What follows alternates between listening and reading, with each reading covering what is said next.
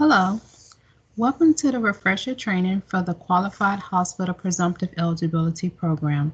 I am Kanita Sneed. I will be your trainer for this training. So we're just going to be going over a few updates that I have to this hospital presumptive eligibility program. Just making sure that we just refresh up on all of the procedures and the policy that go along with this training. This training is a recorded training, so there is no audience. So when you are viewing this training, you will have the opportunity to still ask questions. And what you would do is there is a provided document to you where you can write down any questions that you have while you're viewing this training. After you have completed viewing this training, please make sure that you complete the sign-in sheet and send that back to your PE coordinator along with any questions that you have written down. Once your PE coordinator has that information, the PE coordinator should send that information over to me, the sign-in sheets and all of the questions. And once I have the questions, responses will be sent back for those questions. So we're going to go ahead and get started. Our mission, of course, at the Department of Community Health, we're trying to make sure that we provide access to affordable quality healthcare to Georgians through effective planning, purchasing, and oversight. And then our purpose at the Department of Community Health, we're shaping the future of a healthy Georgia by improving access and ensuring quality to strengthen the communities that we serve today.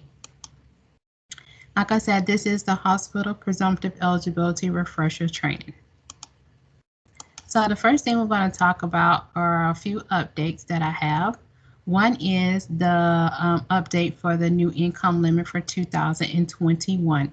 This information has already been sent out to you, but I just wanted to make sure I included it in this refresher training.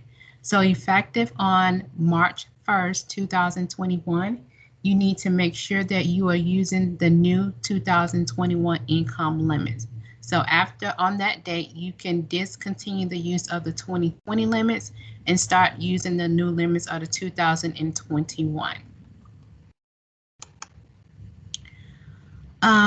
We did update a couple of forms. One of the forms that was updated is the HPE application, your 632H.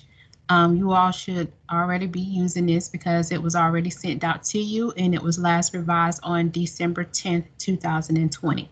The only thing that changed on this particular application was just a name change. Gainwell Technologies was DXC Technologies was originally up here, but now they changed their name. So we had to make sure we changed their name everywhere it was listed.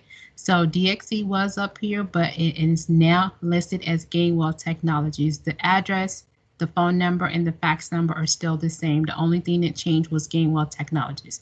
That is the only thing that changed on this form on page 1 as well as page 2.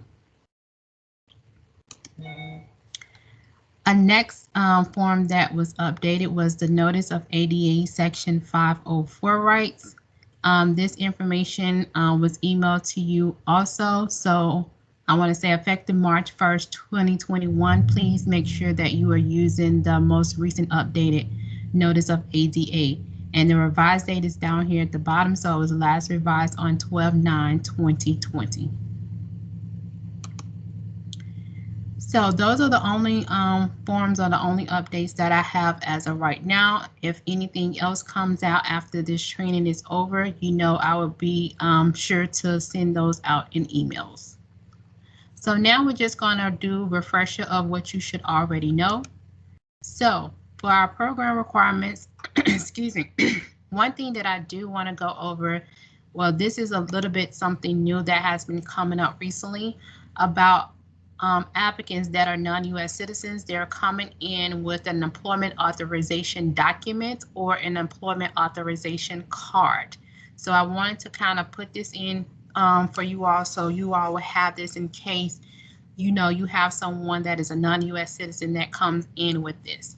So the employment authorization document or card, it does not verify their immigration status. And so therefore, we cannot accept this, as their immigration status. This document or this card is only providing proof that they are authorized to work in the United States. So if they provide you with this information that's still not verified, or that's not meeting the criteria for citizenship immigration status. So you're going to have to ask a little bit more questions in order to get their immigration status. So what you would do is to go back to your citizenship immigration status policy. This is nothing new. You already have this. And what you will have to do is you're going to have to ask them when did they enter the United States. And based off of when they enter the United States, that means that they have to fit either criteria in number 1 or number 2. So they entered the United States before August 22nd, 1996. Then they need to meet either A, B, or C in number 1. So A is a lawful permanent residence. B is asylee, refugees, Cuban, Haitian entrants, immigrants granted parole for at least 1 year, immigrants whose deportation has been withheld, battered immigrants, or victims of severe form of trafficking. And then C is honorably discharged U.S. veterans or active duty military personnel, their spouses, or their unmarried dependent children. So if they entered the United States before August 22nd, 1996, they're going to have to meet one of these criteria in number 1. And if they entered the United States on or after August 22nd, 1996, then they need to fit A, B, C, or D in number 2. A is a lawful permanent resident, but they have to be in the United States for at least 5 years. B is the same as in number 1 about asylees, refugees, Cuban, Haitians, immigrants granted parole for at least 1 year, etc. C is lawful permanent residents with 40 qualifying quarters. That means that they have at least 10 years of employment under the United States Social Security system and have not already received any type of federal means tested benefits. So not only could they qualify just on them, but if they don't have it, if they have a spouse or a parent that has 10 years of employment under the Social Security system and have not also received federal means tested benefits, they can meet that criteria based off of the spouse or the parent. And then D is the same as above about the honorably discharged U.S. veterans or active duty military personnel.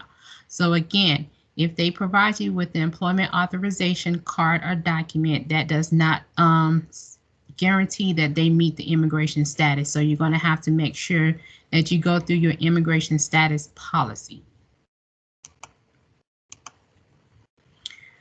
Okay, a few things that I want to go over with these aid categories. Remember, these are the 4 aid categories that you are making PE determinations for.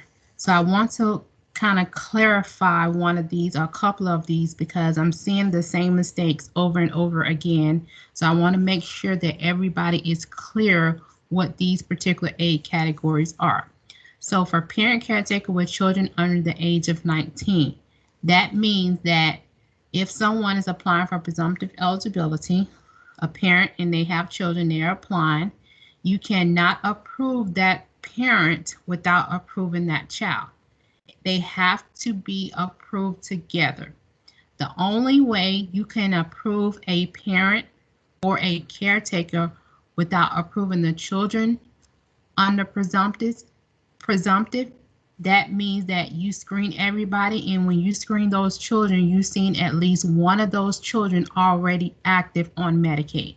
That would be the only reason why you would approve a parent or a caretaker without approving the children also. So if someone is applying for parent caretaker under children, remember the parent or the caretaker have to be approved along with the children under this aid category, unless at least one of the children are already receiving Medicaid. Now, if the children are already receiving Medicaid and now the parent or the caretaker is trying to get coverage, then yes, you can see if that parent or caretaker is eligible for that aid category. But a lot of people are approving parents or caretakers without the children either already being on Medicaid, or they're not approving the children along with the parent or caretaker. And then when it comes over here, I have to either terminate that PE for that parent or caretaker because it was approved in error. So please remember that the parent or caretaker with children. Children under 19A CAT is self-explanatory, but I do want to call out an error that a lot of people are still making. You know, on the PE application, once you check that they are eligible, you have to check what A category they're eligible for. I'm still having individuals check the parent caretaker with children box and the children under 19 box. That is incorrect. Remember, parent, it says parent/caretaker with children. That means if they are being approved together, everybody has to go in that A category. You don't put the parent in parent caretaker and then the children in children under 19.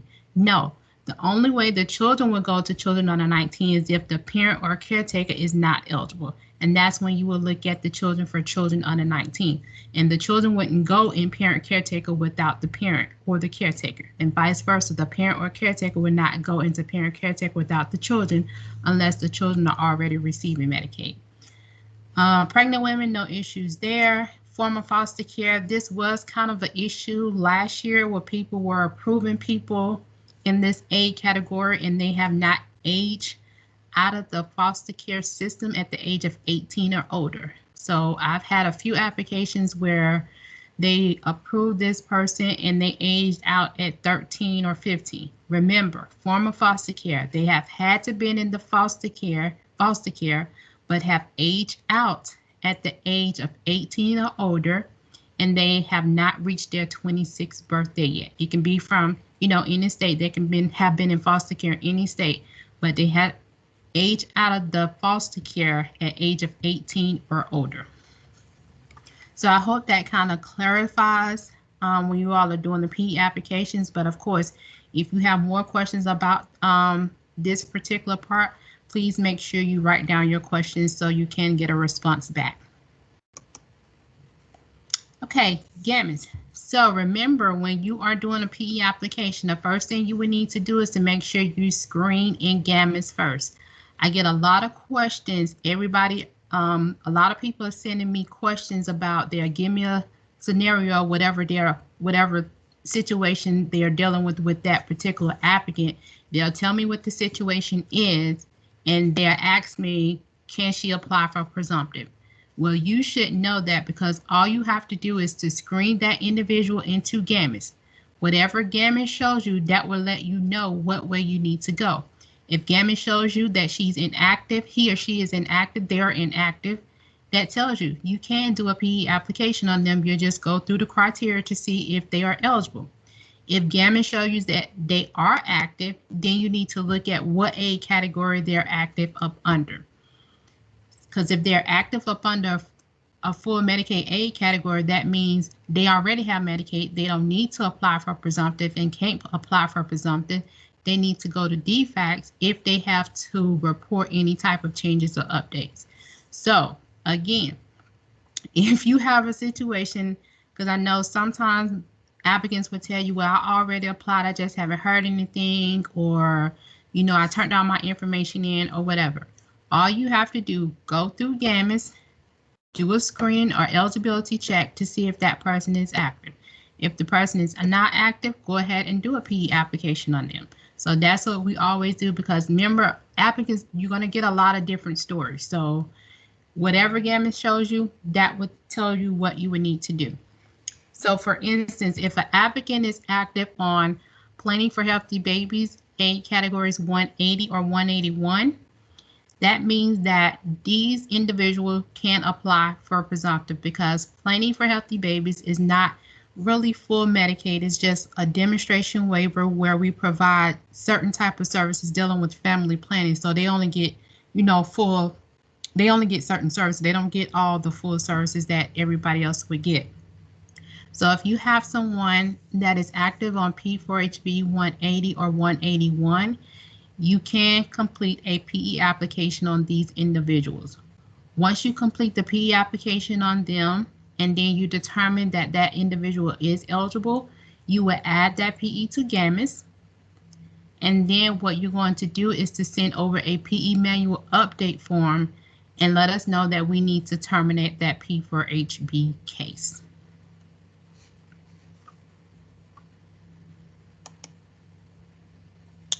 And this is a list of all of the aid categories that we have. So if someone is showing active, you will look at your chart to see, or you're looking GAMIS to see what aid category they're active up under. Then you can look at your chart and that'll tell you whether you need to do a PE application on them or not. So if it shows that someone is active on, let's say 104, the limb parent caretaker, that means that they're already active on Medicaid. So if they have any type of changes or anything that they need to report, then they would need to go to DFACS. The ones that are highlighted in yellow, that is for women's health. So if you screen someone and they're on women's health, A category 245, that means that that individual is already on Medicaid as well. So they would need to go to DFACS to report any type of changes or anything. And that also goes if the individual is pregnant and you screen her and it shows that she's on women's health, you would need to let her know. She would need to go to DFACS to report her pregnancy. She can go online. She can call the 1877 number. If she has her caseworker number already, she can call the caseworker also, but she would need to go to DFACS.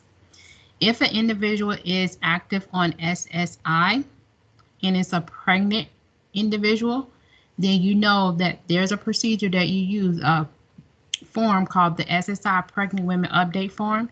You're just going to fill that form out and send it over to the PE correction box, and we will go in and update her pregnancy information. So these individuals, you would not complete a PE application on them also. They would just, you would just send over the SSI Pregnant Women Update Form and we will update that information.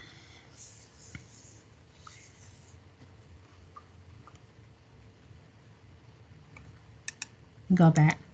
And down here, I know it says slide 12, but I will update that. So you will, your copy will say slide 14 because it's actually on slide 14. But if you're viewing this training, you're going to see slide 12. But when I send you the actual PowerPoint, it's going to say slide 14. So I just want to put that out there. The PE manual update, this is not new, but I want to go over it because if you have to complete this, then some people are still not completing it correctly. So when would you use a PE manual update form, or when would you complete one? So if for some reason you are unable to add the PE to GAMIS, whether GAMIS is acting up or your computer's acting up or your internet is acting up, whatever it is, and you're not able to add it to GAMIS, this is when you will fill out a PE manual update form. If the P4HB needs to be terminated, you will fill out this form. If you mistakenly put a person in the wrong aid category after you hit submit, you will need to fill out this form because you cannot go back and correct that. And then also, if anything on this member needs to be updated and you forgot to update it while you were adding them to GAMIS, or either you cannot update it, then you will fill out this PE manual update form. And we're going to look at the form in just a moment. And when you're sending this PE manual update form, this is going to be a separate email from your actual PE packet. So if you have to do a PE manual update form, you're going to be sending two emails. You're going to be sending one email with your whole PE packet, and then you're going to be sending another email with just your update form and the 632H, and if applicable, the attachment A. So the attachment A will be included if you did this particular application over the phone. Okay.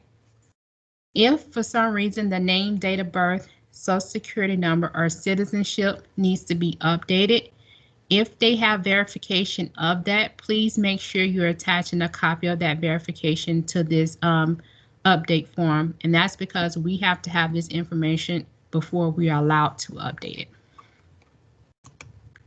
So this is what the PE manual update form looks like. And I gave you 3 examples of what fields to fill out based off of the scenario that you have. So if you have a member that is active on P4HB 180 or 181, after you put the date, check the box right here. You always check the middle box, hospital PE. If you have a pregnant woman application that you completed and for some reason you need to do this update form, do not check the first box. This box right here is just for health departments only. So if you have a pregnant woman and you need to fill out this update form, you're still going to check the box where it says hospital PE. And right up under that, it says attach form 632H. So that should tell you a reminder right there to make sure when you're sending this update form, you also have the 632H attached with it. So if an individual's P4HB case needs to be terminated, only thing you want to do is to check this box where it says terminate P4HB. You're going to come down here, print your name and your telephone number, and that's it. You would not put out the name, the address, social security number, date of birth. You would not check, you would not complete this whole form. That is not what the instructions said. Only complete the updates that need to be completed. So if it's just terminate P4HB, that's the only box you check. A second example, if for some reason we need to add the PE to GAMIS, then you will fill out these two fields, add PE eligibility to GAMIS, and also give us the PE eligibility period. And remember, the PE period is the start date through the end date. So you're going to give us both dates. So for an example, if somebody applied on December 1st, 2020, then on that PE period line, you're going to put December 1st, 2020 through January 31st, 2021. So give us the start date and the end date. If for some reason we need to update the A category because you mistakenly put the person in the wrong A category, then you're going to check the box where it says update PEA category, and then you go over to the field where it says correct PEA category. Click on that drop down box and choose what A category this individual should be in. And again, you don't have to give us the name, address, and all of that. You're sending the 632H, and that's how we would get that information. And remember, updates are only for people that are currently active on presumptive. Once their presumptive has ended or once their full Medicaid has been approved, those updates need to go to DFACS. We're only updating people that are currently active on presumptive.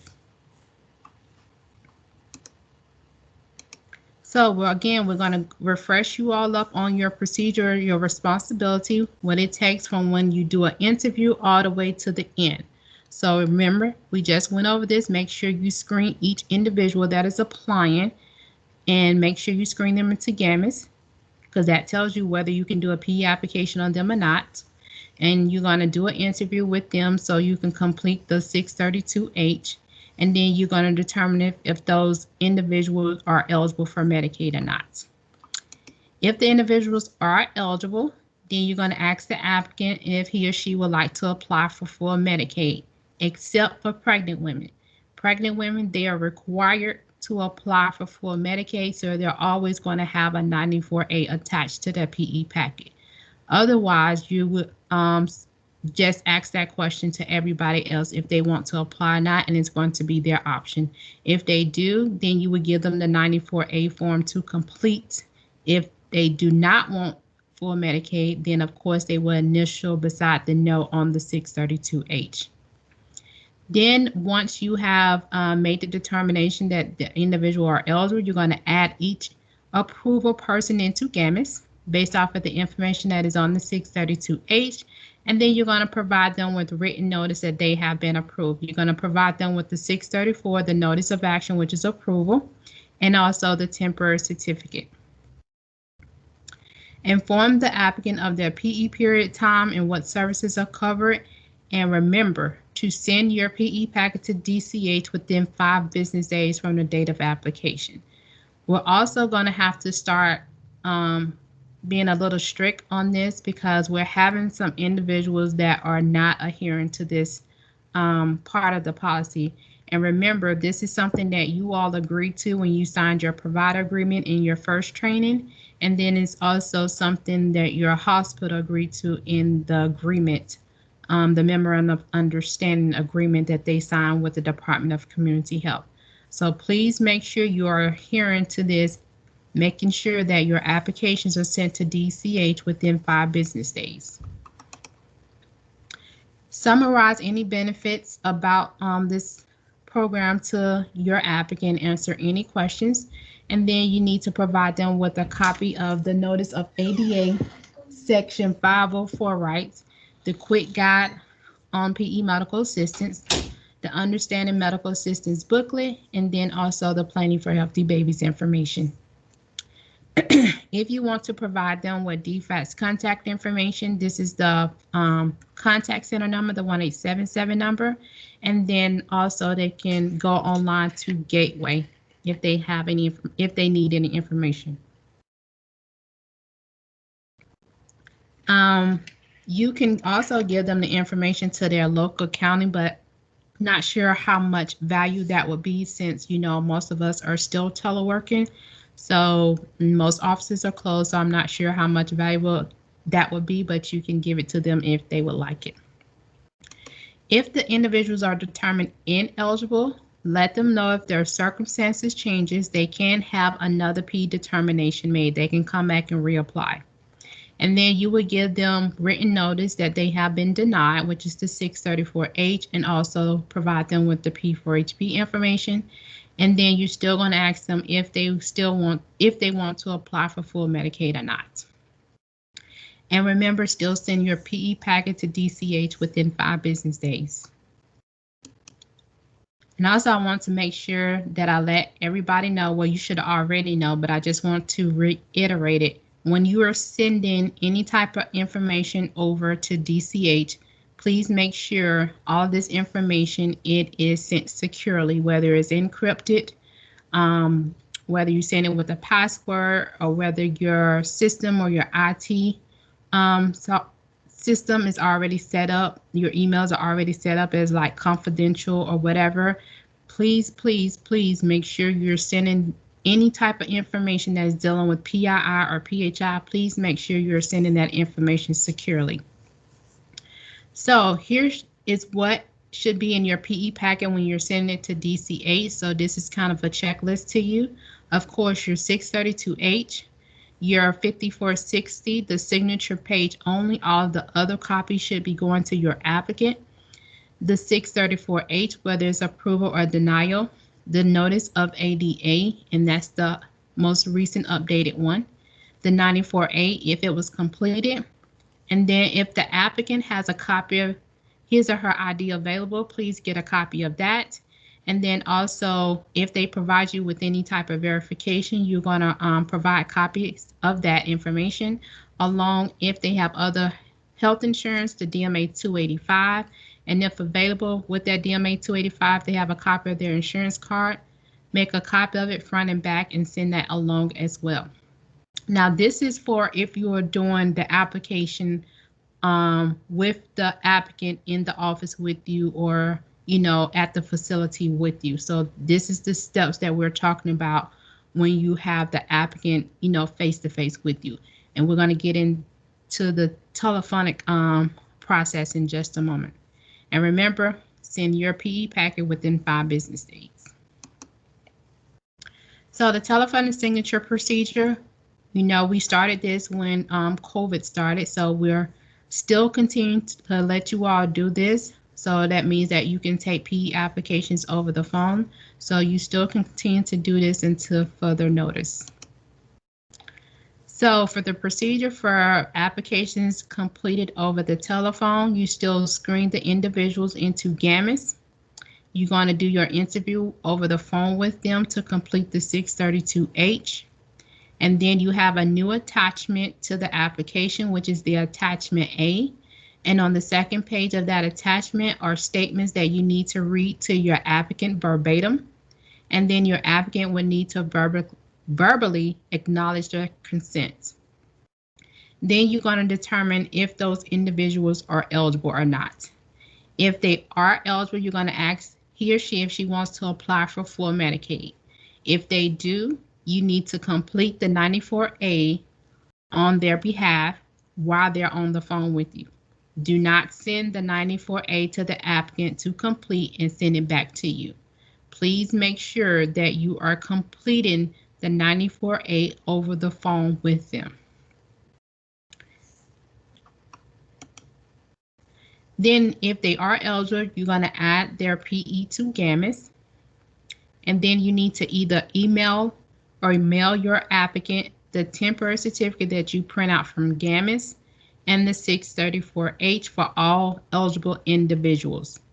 You're going to send them the copy of the Form 5460. They do not have to sign the last page and send it back to you. You're just going to send them all pages. A copy of the Notice of ADA, and then a copy of the Attachment A where you sign on their behalf. Inform them of their PE period, time, and the services covered, and send your PE packet to DCH within 5 business days. If the individuals are determined ineligible, then you'll let them know if their circumstances changes. They can come back and reapply. And then you're going to email or mail these individuals a copy of the 634H, and this time is the denial notice for all ineligible individuals, the Form 5460, the Notice of ADA, and a copy of the Attachment A that you sign on their behalf, and to send your PE packet to DCH within 5 business days. So that is the procedure that you need to follow if you're doing an application over the phone. And so if you do an application over the phone, this is what the PE package should look like.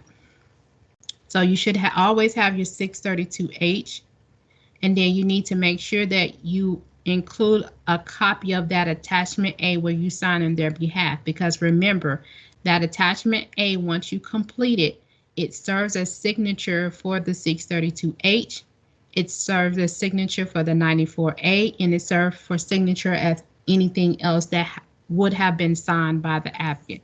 So if that Attachment A is not sent and we don't see a signature on that PE application, that means that that application is void. So that means we're going to have to reach back out to you to make sure we get that information.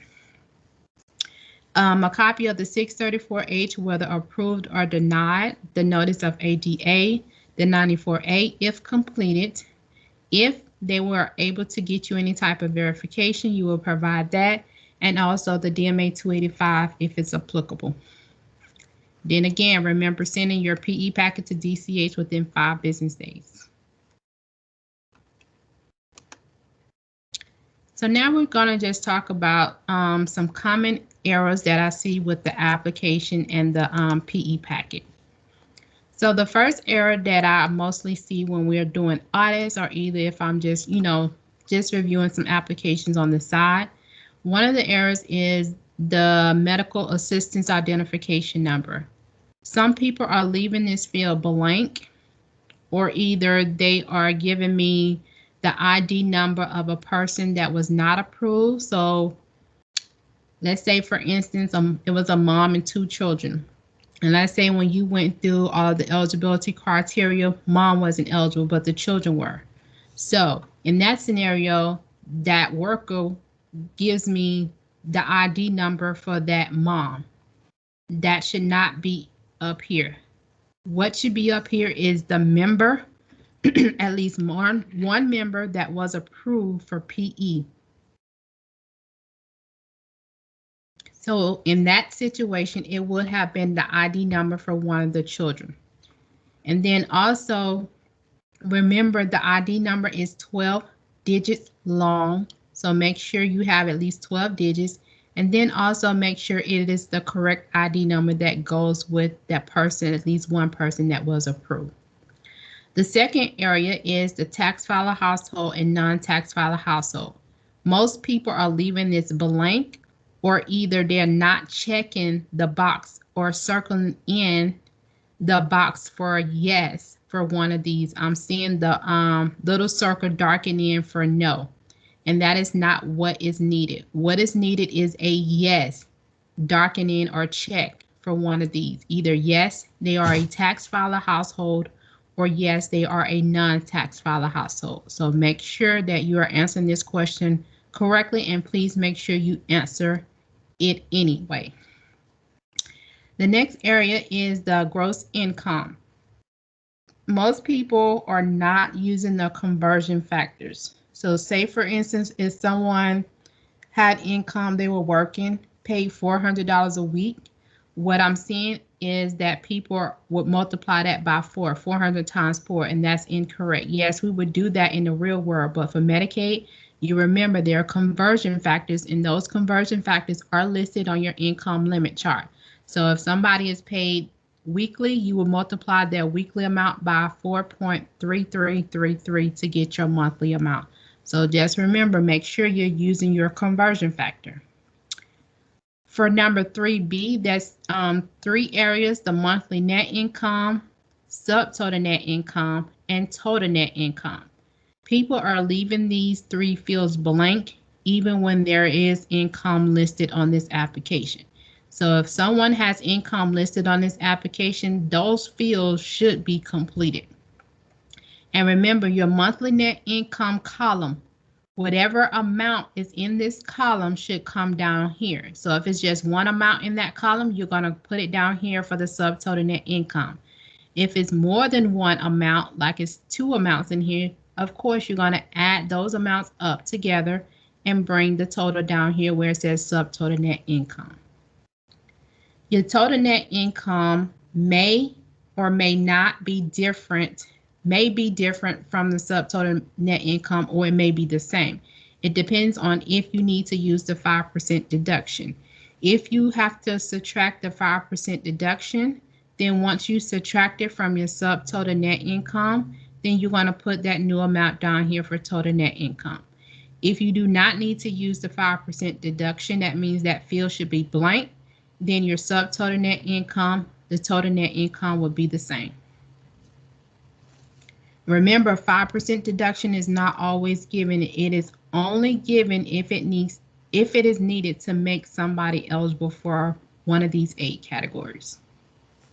And the 5% deduction amounts is listed on your income limit chart. Then the last area is checking the parent, caretaker, and children under 19 boxes together. And I told you about that earlier when I was going over the different aid categories. Remember, they are not eligible for both of these. They can't be eligible for parent, caretaker, and children under 19.